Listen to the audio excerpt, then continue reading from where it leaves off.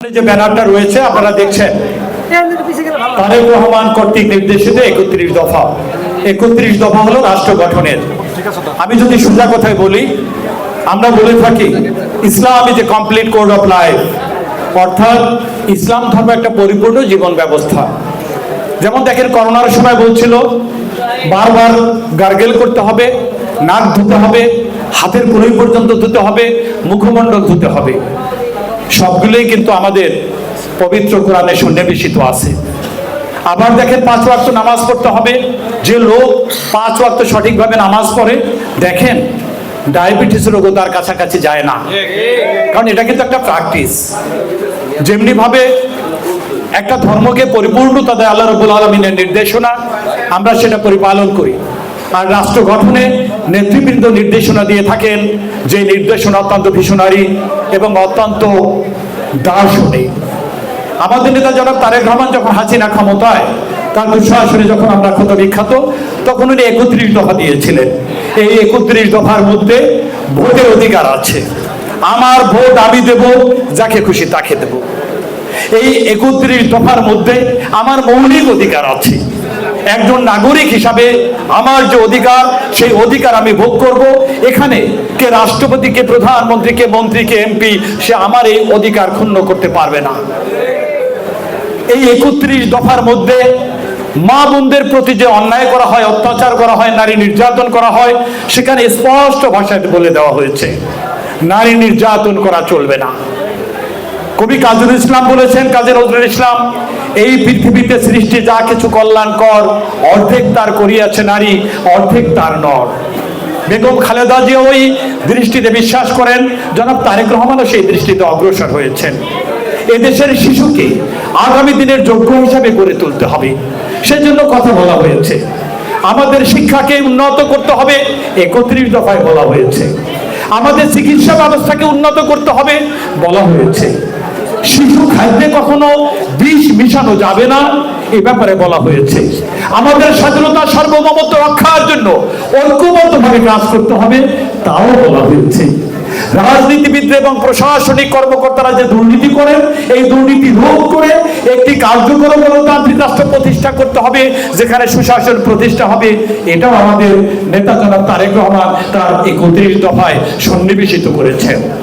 সম্মানিত নেতৃবৃন্দ, এই ৩১ দফার আলোকে এবং বর্তমান রাজনৈতিক প্রেক্ষাপটে আমাদের নেতা জনাব তারেক রহমান যে নির্দেশনা দিচ্ছেন, এই দলের একজন নেতা, এই দলের একজন কর্মী, এই দলের একজন সমর্থক হিসাবে ওইগুলিকে আমাদের দায়িত্ব, কর্তব্য মনে করে আমাদের সেই কাজগুলি করতে হবে, স্মরণ রাখতে হবে। বিএনপি বাংলাদেশের একটি সুশৃঙ্খল সর্ববৃহৎ রাজনৈতিক দল। বিএনপির প্রতিষ্ঠাতা শহীদ প্রেসিডেন্ট জিয়াউর রহমানের সততা নিয়ে তার শত্রুও কিন্তু কথা বলতে পারেনি। দেশনেত্রী বেগম খালেদা জিয়ার দেশের প্রতি যে মমতাবোধ, মাতৃত্ববোধ, সার্বভৌমত্ব, গণতন্ত্র রক্ষার জন্য জীবনের সমস্ত আরাম আয়েশ ত্যাগ করে আমৃত্যু যিনি এখন অসুস্থ অবস্থায় এদেশের মানুষের কথা বলেন, গণতন্ত্রের কথা বলেন, জনগণের কথা বলেন, আমাদের সেই প্রিয় নেত্রীর দিকে তাকাতে হবে। আমাদের নেতা জনাব তারেক রহমান, উনি সারাটা সময় আমরা আশ্চর্য হয়ে যাই ওনার সাথে সাংগঠনিক কাজকর্ম করতে গিয়ে, যে উনি ঘুমান কখন। অর্থাৎ উনি যে আমাদের সাথে কাজকর্ম শুরু করেন, সারা দিনে উনি 4 ঘন্টা ঘুমানোর সময় পায় কি না, সেটা নিয়ে আমরা সন্দেহ হন। অতএব আমাদের নেতা আমাদের দলকে সুশৃঙ্খল করার জন্য এত চেষ্টা করতেছেন, দলের বদনাম হয় এমন কোনো কাজ আমরা করব না। সম্মানিত নেতৃবৃন্দ, সম্মানিত উপস্থিতি, সম্মানিত সাংবাদিক ভাইয়েরা, কিছুদিন আগে এই গৌরনদী আগলছাড়াতে আমি একজন নেতার একটা রাজনৈতিক প্রোগ্রাম দেখলাম। ওই ব্যানারে লেখা আছে 2008 থেকে 2024 রাজনৈতিক আলোচনা। আমার একটু খটকা লাগলো। আচ্ছা, বিএনপির জন্ম তো 2008-এ হয়নি, তাহলে 2008 থেকে 2024 রাজনৈতিক আলোচনা হবে। এর আগেরটা গেল কই? 6 গেল কই? 7 গেল কই? কারণ কি জানেন? ওই যে 111, ওই যে 111। এখন আমার রাজনীতিক, এখন আমাদের রাজনৈতিক, উনি ওনার মতো করে রাজনৈতিক ইতিহাস বানায়। 2009 থেকে 2024। বাকিটা কোথায়? বাকিটা আমার রাজনৈতিক কুকর্মের ইতিহাস। অতএব এইটা তোমার বলা যাবে না, এইটা বলা যাবে না, এই কুকর্ম। আচ্ছা, মাছ দিয়ে যদি শাক না ঢাকা যায়, শাক দিয়ে যদি মাছ না ঢাকা যায়, তাহলে বর্তমান রাজনীতি একটা স্বচ্ছতা, ট্রান্সপারেন্টের যুগ। কি অন্যায় করলো, কি ন্যায় করলো, এইটাকে আপনি কিভাবে একজন মানুষের মুখ বন্ধ করবেন বলেন তো? এটা তো সবাই জানে। 111-এ আমার কি ভূমিকা ছিল, আজকে মঞ্চে বসে মনিরের কি ভূমিকা ছিল, জহিরের কি ভূমিকা ছিল। দাঁড়ে দাঁড়ে ঘুরে ঘুরে মনিরেরা, আজকের মিলনরা দাঁড়ে দাঁড়ে ঘুরে গিয়ে ম্যাডামের কাছে ফোন লাগিয়ে দিত। যখন আমাদের দলের বেনিফিশিয়ারি, আমাদের দলের মার্কা ধানের শীষ দিয়ে এমপি হয়ে যখন এই দলের বিরুদ্ধে দাঁড়িয়েছিল, তখন আমরা কি করেছিলাম? আমরা দেশনেত্রী বেগম খালেদা জিয়া, তারেক রহমানের পক্ষে স্থান নিয়েছিলাম। এটা তো ছিল আমাদের ইমানি দায়িত্ব। আমরা কি পেয়েছি কি পাইনি এটা বড় কথা না, কিন্তু আল্লাহর রহমতে আমরা সুখী, আমরা খুশি। কেন খুশি জানেন? দেশনেত্রী বেগম খালেদা জিয়া, তারেক রহমান আর দুঃসময়ের কার কর্মী আমরা। ভাইজান, 2009 থেকে 2024-এর রাজনীতির ইতিহাস গুনেন। কেন? আপনি না হয় ওই সময় রাজনীতিক আস্থা করে গিয়েছিলেন, ওই সময় না হয় আপনি রাজনীতির জাহান্নামে গিয়েছিলেন, কিন্তু ওই সময় যারা নীতি নৈতিকতা নিয়ে দেশনেত্রী বেগম খালেদা জিয়া, তারেক রহমানের পক্ষে স্থান নিয়েছিল, আপনি আজকে তাদেরকে রাজাকার বানাতে চাচ্ছেন? আপনি কি জানেন আপনার রাজনৈতিক অবস্থানটা কোথায় হবে? এদেশের জনগণ তো আর বোকা না। আপনি যখন মিটিং করেন, আপনার আশপাশে কারা?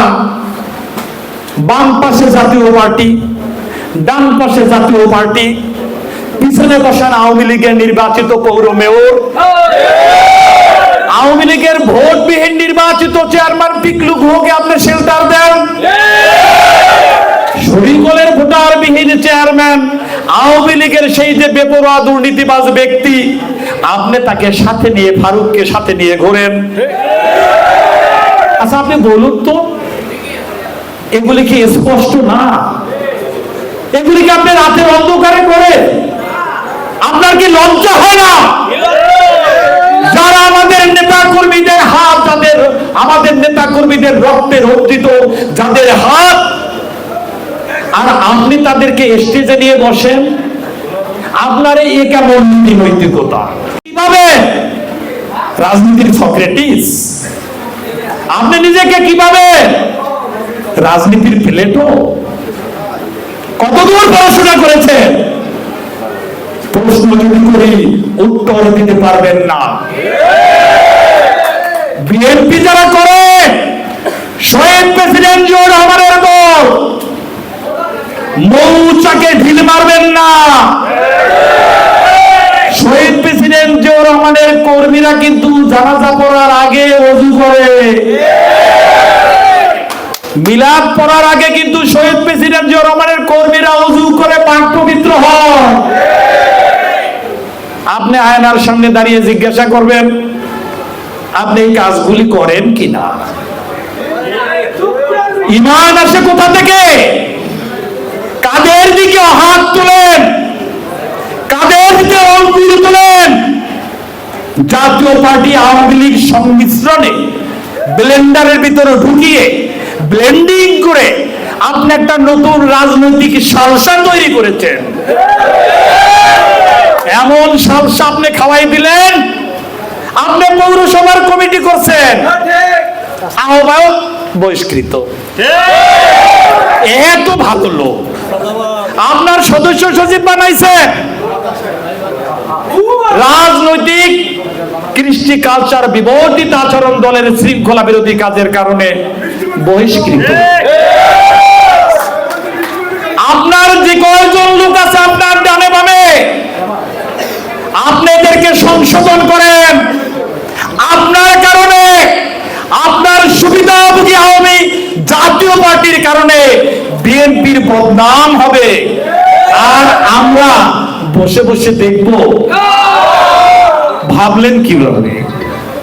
আপনার ওই যে 1-11, ওই 1-11-তে যে শিশু জন্ম নিয়েছে, যে জন্মসূত্রে বিএনপির রাজনীতি করে, ওই শিশুর বয়স আজকে কত? সাবধান হয়ে যান, এখনো সংশোধন হন। ক্যানভাস বাদ দেন, বগলে ইট, মুখে শেখ ফরিদ। বক্তব্য দাও স্বৈরাচারের বিরুদ্ধে, আর পাশে বসাও স্বৈরাচারের সময় ভোটারবিহীন নির্বাচনের যারা অত্যাচার করছে, আমাদেরকে নির্যাতন করছে। বাবা, কি রাজনৈতিক তথ্য রে! সময় আছে, ভুলে যান। ভদ্র ভাষায় বলি, ভদ্র ভাষায় বলতে চাই, যদি বিএনপির দুর্নাম করেন, যত বড় শক্তিশালী হন না কেন, আপনারা যদি আপনাদের আচরণকে সংযত না করেন, যত বড় নেতাই হন না কেন, এই বিএনপির নেতা কর্মীরা যদি একবার অসংযত হয় আপনাদের বিরুদ্ধে, তাহলে কিন্তু খবর আছে।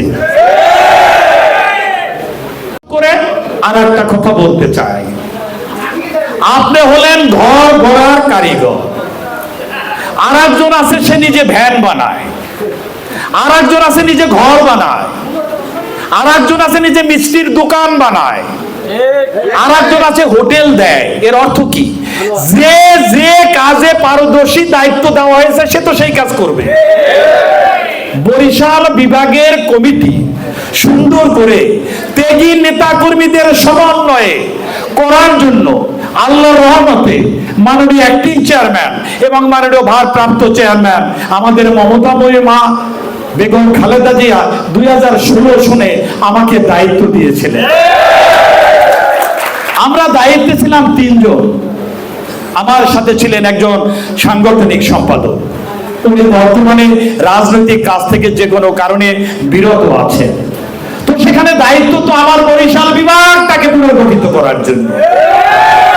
আমাদের দলনেতা আছেন আব্দুল আওয়াল মিন্টু, প্রত্যেক দিন 100 ফোন পায়। কোথায়? রাঙামালি সমুদ্রের পার, কোথায় কুয়াকাটা, কোথায় মহিপুর, কোথায় গোলাচিপা, কোথায় বাউফল, কোথায় মহিপুর, কোথায় কলাপাড়া, কোথায় মঠবাড়িয়া, কোথায় আপনার নাজিরপুর, কোথায় পাথরঘাটা, সব জায়গা থেকে এই ফোন, ভাই এখানে সমস্যা হয়েছে সমাধান করেন। আমরা হইলাম সংগঠনকে সুন্দর করে করার দায়িত্বে। ভাই আপনি কে? আপনাকে দায়িত্বটা দিচ্ছে কে? আপনি যে বলেন ওয়ার্ড কমিটি হয়ে গেছে, আপনি বলছেন ওয়ার্ড কমিটি, ওয়ার্ড কমিটি তো আপনি করতে পারবেন না। আপনি বলেন ইউনিয়ন কমিটি হয়ে গেছে, কে করলো ইউনিয়ন কমিটি? কোন জায়গাতে যদি ইউনিয়ন কমিটি হয়, ওয়ার্ড কমিটি হয়, ওইটার ছবি তুলে ভিডিও আমাদের কাছে সংরক্ষিত আছে। কোন জায়গায় কোন ইউনিয়ন কমিটি যদি ঘরের মধ্যে বসে করে, আমাদের কাছে যদি ছবি পাঠায়, আমরা ওটা বাতিল করে দেই। আর কি রে বাবা, আপনি ডান বোঝেন না, বাম বোঝেন না, বিএনপির রাজনীতিতে আসছেন, আপনি মাইগ্রেট করে হিজরত করে আসছেন ভালো কথা, আসার পরে করছেন 2 নম্বরই। ম্যাডামের বিরুদ্ধে ষড়যন্ত্র, তারেক রহমান বিদেশে অবস্থান করতেছে, পঙ্গুত্ব অবস্থায় আছে। আপনাদের তো ভূমিকা ছিল এর পিছনে। আপনি মনে করেন মানুষ এইগুলি বোঝে না? বোঝে, সব জানে। আপনার গুলিস্তানে অনেক বড় বড় ক্যানভাসার আছে, এমন কোন রোগ নাই ভালো হয় না। কিন্তু একটা জিনিস জানেন,